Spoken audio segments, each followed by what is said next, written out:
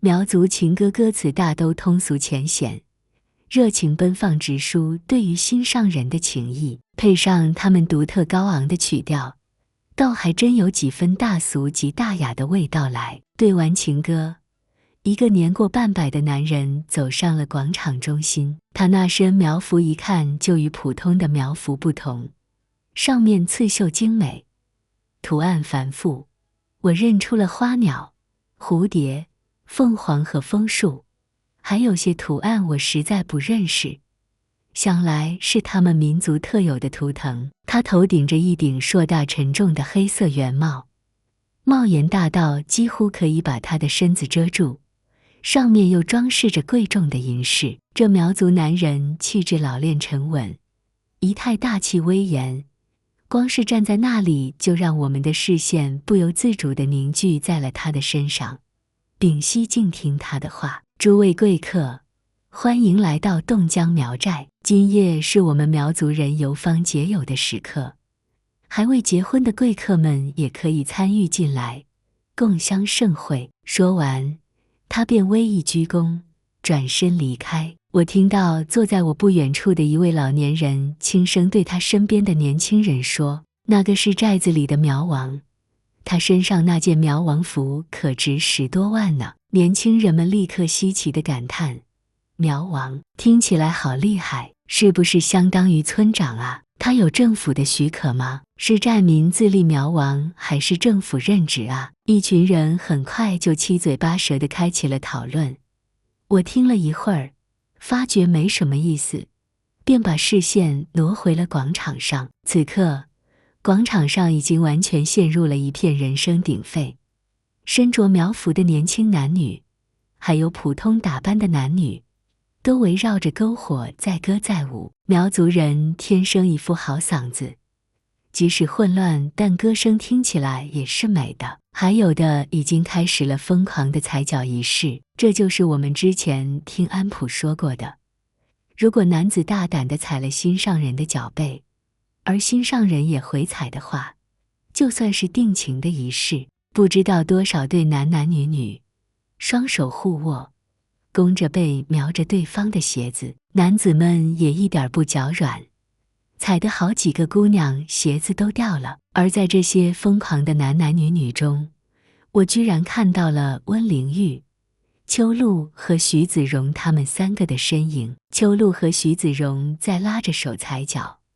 而一向内敛的温玲玉似乎也被气氛带动，和几个苗女挽在一起，跟着他们的脚步随意地舞动着。而在我发现他们的同时，秋露也抬眼看到了看台上的我，她眼睛一亮，推了推徐子荣，用手指着我的方向示意徐子荣快看。他们站在喧闹的人群中，我听不清他们说了什么，但我大概已经猜到了，因为他们不玩踩脚了，反而径直向我走过来。徐子荣则直接上前来，抓住了我的右胳膊：“阿泽，别坐在这里看啊，多好的脱单机会，哥们替你把握住，快走快走。”我本想拒绝，但一来徐子荣的力气实在太大，二来换个角度想想，亲身体验一次苗族的活动，沉浸式的体验风俗民情，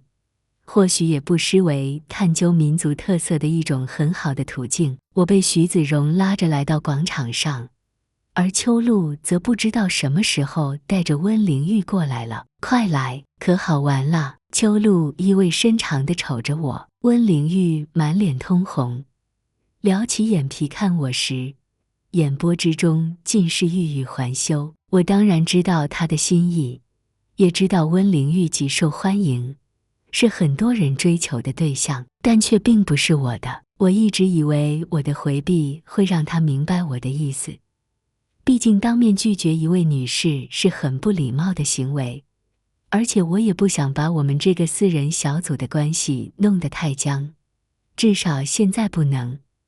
这样他会早点转移注意力，寻找他自己真正的缘分。我去那边看看吧，我只带了1双鞋出来。说完，我便随意寻了个方向，赶紧离开。只听到后面隐隐传来秋露安慰温玲玉和咬牙低骂的声音：死直男，活该这辈子没有女朋友。哼！可我还没走几步，忽然眼前一花，几个人就围了上来。原来是我急着离开，误入了一群歌舞的苗族男女中间。阿哥来了，你莫走，阿妹碗里有好酒。几个苗女大胆地拦住了我。我定睛一看，为首的那个还很眼熟，不是给我倒蓝门酒的阿里又是谁？不知道他们是什么意思，这是想要带动游客一起互动呢，还是有其他的想法？我驻足站在原地，静静地看着他。阿里生得极美，连号称系花的温玲玉在他面前也要逊色3分。而刺绣精致的苗服穿在他身上更添了几分风情。他也胆大直白，走上前来，一双眼睛一转不转而看着我，眸中眼波流转，仿佛盛着一汪清泉似的。说一句美得不可方物也不过分。被这样一个美人含情脉脉地望着，只要是一个正常男人，很难不动心的。但之前就听安普说过，苗族的规矩多，若是在这里惹下情债，只怕这辈子都很难脱身。我清了清嗓子，说：阿里小姐，快来啊，好好玩，踩啊，踩脚。我还没说完，一连串的嬉笑声就刺在身边。原来是秋露拉着徐子荣和温玲玉闯来，另外还有几个看样子也是游客的男女，一边踩脚一边向着我们这边跌跌撞撞地冲过来，场面当时就变得有些混乱。但我竟奇异地松了一口气，他们嬉笑着冲上来，已经完全脱离了习俗的范畴，将这当做了一场游戏。男生踩女孩子的鞋，女生又抱成团互相防卫，推推挤挤，闹作一团。我只觉得四面八方都是人，到处都是他们闹腾腾的笑声。不知谁一推，离我不远的温玲玉陡然前倾，重心失衡，身体不受控制地向前一冲，眼看着就要跌倒。我下意识2、3步上前，一把扶住了她。温玲玉犹自惊魂未定，牢牢地掐着我的胳膊。过了一会儿，她应当是站稳了，但手却没有松开，反而是从我的胳膊往下滑，一路滑到小臂上。现在是初夏，天气将热未热，我穿了一件白色的衬衣，所以她的动作穿过薄薄的布料，清晰地透到我的皮肤上，引起阵阵酥麻。我垂下头，对上温玲玉充满期待的眼神。我抽开手，说：这里太混乱了，我们去看台吧。温玲玉的眼里有失望的神色一闪而过，但她抬起头时，脸上已经扬起了笑脸。好啊，广场很大，现在人有很多，我在前面开路，温玲玉则跟在我身后，时不时就有狂欢的人撞到我面前来，我都护着挂在脖子上的相机，小心地避开了。好不容易来到看台，我感觉自己就像是去打了一场仗似的。温玲玉坐在我身边，静静地看了一会儿广场上的狂欢之后，又转过头，深吸一口气，说：李玉泽，你今天拍了很多照片吗？我可以看看吗？我点头答应，但不知怎么的，忽然就想到了那个偶然间落入镜头里的那个苗族少年，不知道他是不是也在这广场上。那就是一个偶然抓拍，也不是什么见不得人的事情。我干脆地把相机从脖子上取下来，调好了相册模式递给温玲玉。温玲玉笑着接过，细白的手指触到了我的，又很快缩了回去。你的拍照技术真不错，都赶上专业摄影师了。温玲玉头也不抬，细声细气地说。任何人听到别人的夸奖都是欢心的，我心里得意，却还是说，也就看得过眼而已。温玲玉忽然说，回学校之后你可以帮我拍写真吗？我刚好想约拍呢。这不是现成的摄影师被我撞上了。我一愣，说，到时候再看吧，如果有时间的话。咦，温玲玉翻动的手一顿，我的心也跟着一顿。视线扫去，正好是那张偶然抓拍的照片。她说，怎么还拍到了路人？哈哈，李大摄影师，你也有失误的时候。我扯着嘴角笑了笑，我帮你删了吧，这张应该是废片吧。说着，他抬起眼，征求我同意。我说不出拒绝的理由，毕竟我们出行的目的是调访民俗风情，而这张照片很明显偏题了。我故作无意地点点头，好啊。温玲玉手指轻触屏幕，删除，确认删除，已删除。那张我诡异地没有删掉的照片，就这么被他给轻而易举地删掉了，心里竟隐隐有些失落。我这是怎么了？温玲玉很快就看完了照片，她把相机递给我，忽然目光一凝，直直地盯着我的脚下。我心里疑惑，接过相机后顺着她的目光看去，只见右脚的白色运动鞋上竟印着半个异常清晰的鞋印。那鞋印的图案很明显不是工厂流水线上生产出来的鞋底惯有的，那是一只很秀美的展翅欲飞的蝴蝶，旁边似乎还有花朵，但没有印完整。我心中一动，什么时候被踩上去的？我竟一点都没有察觉到。刚刚在广场上太过混乱，不知道多少人从我眼前走过，有游客，也有苗人，或许是哪个不小心轻轻地踩了我一脚也不一定，我倒并没有放在心上。不知道是哪个姑娘偷偷看中你了，给你留了个信号。温玲玉抿着唇，笑着说，你看起来很受欢迎啊，上午那个蓝门的阿离看起来也很喜欢你啊，他就在下面看着你呢。我下意识看去，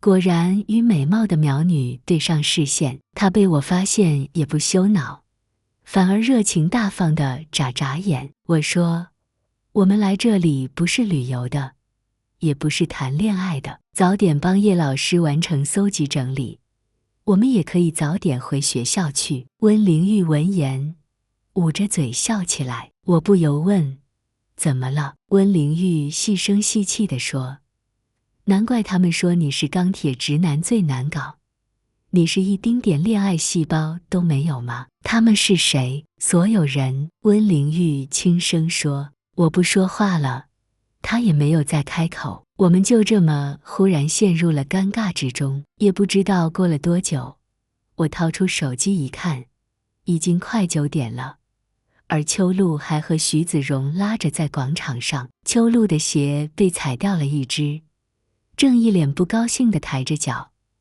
而徐子荣则认命地替他把被自己亲自踩掉的鞋给穿上。我后知后觉地想起来，我没有吃晚饭，肚子已经感受到了饥饿，而他们两个还不知道要玩闹到什么时候去。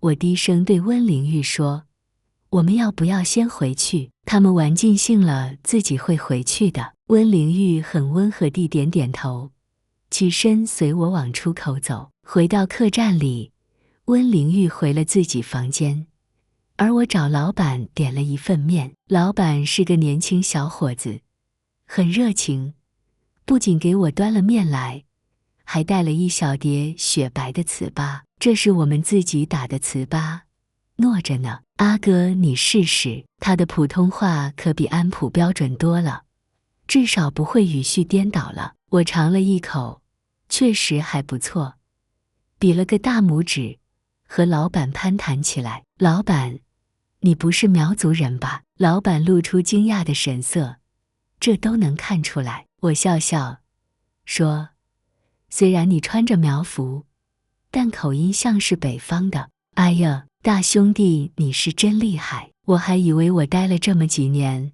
没什么口音了呢。老板像是遇到老乡一样，一坐下来就打开了话匣子，诉说着他这些年在苗寨里的种种不易。这几年旅游业兴起，很多年轻人都计划去自己喜爱的地方做些小生意，过悠闲慢节奏的日子。客栈的老板前几年来到了洞江苗寨，被美丽的风光和热情的人文打动，当即决定在这里常住。老板，我向你问些事情。一番话说完，豪爽的老板就差和我称兄道弟，一听赶紧拍拍桌子，扬着手说：兄弟有什么事情尽管问，老哥我知道的肯定都告诉你。老板，我们是严大的学生，来苗寨是来调访整理民俗文化的。这寨子里哪里的商业化是最少的，最能感受到这些民俗风情。严大好啊，顶尖学府，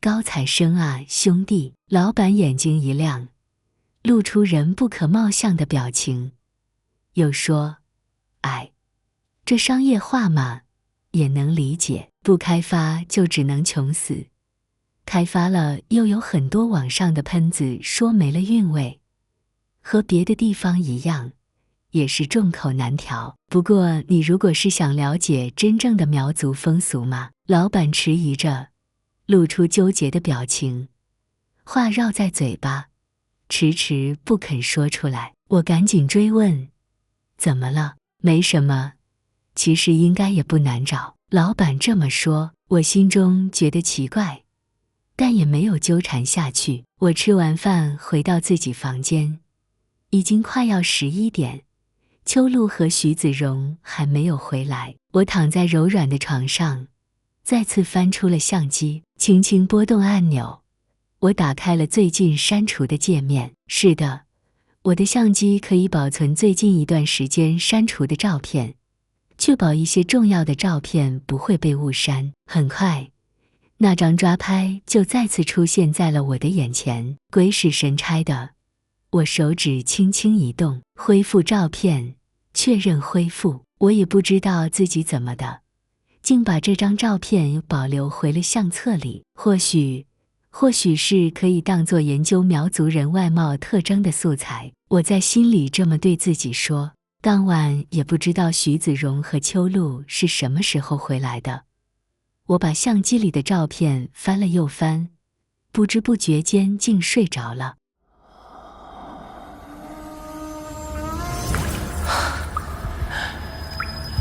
一泽阿哥，你一泽，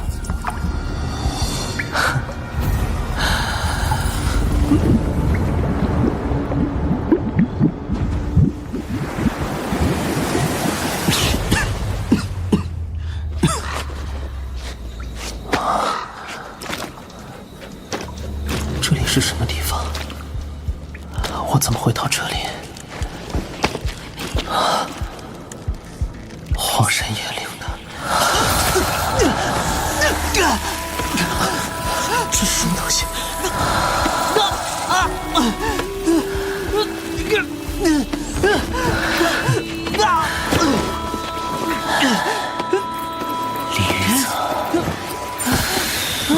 李玉泽，谁在哪里？别过来，走开！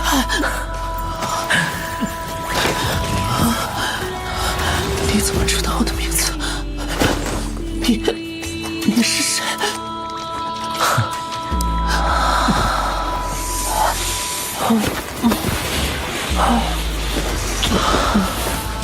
我是谁？你不知道吗？放开我！你想干什么？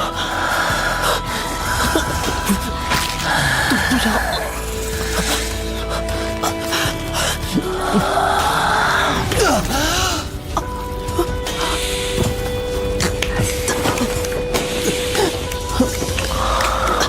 走开！从我身上下去！